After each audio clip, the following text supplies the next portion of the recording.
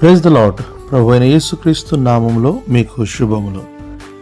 ఈ దిన వాగ్దానము, నదులలో బడి వెళ్ళినప్పుడు అవి నీ మీద పొర్లి పారవు.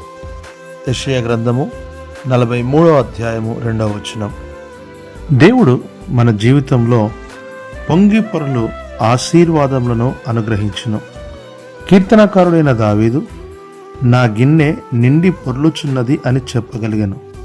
దేవుడు తన బిడ్డలకు పొంగిపొర్లు సమృద్ధిని ఎందుకు ఇస్తాడు అంటే, తన ప్రజలైన వారు కూడా ఇతరులను పోషించేవారై ఉండాలి అని.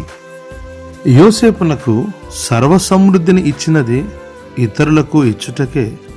మరి నీ సమృద్ధి ఎందరికీ ఉపకారిగా ఉన్నది? నదులలో బడి వెళ్ళినప్పుడు ఏ ప్రవాహము మనలను ముంచివేయదు. కారణం, దేవుడు మనకు తోడై ఉన్నాడు. దేవుని వాక్యములో ఇలాంటి పొంగి పొర్లు ప్రవాహములను దేవుడు అణిచి వాటిని విభజించి ఆరిన నేలపై తన ప్రజలను నడిపిన సందర్భములను ఎరుగుదము. కనుక వాక్యం వినిచ్చినటువంటి ప్రియులరా, ఏ శ్రమలో ఉన్ననో దేవుడు నీకు తోడై ఉన్నాడు. నీ శ్రమను పోగొట్టి నిన్ను విడిపించి ఆయన నిన్ను ఆశీర్వదించును. కలవరము చెందకు, ధైర్యముగా ఉండుము.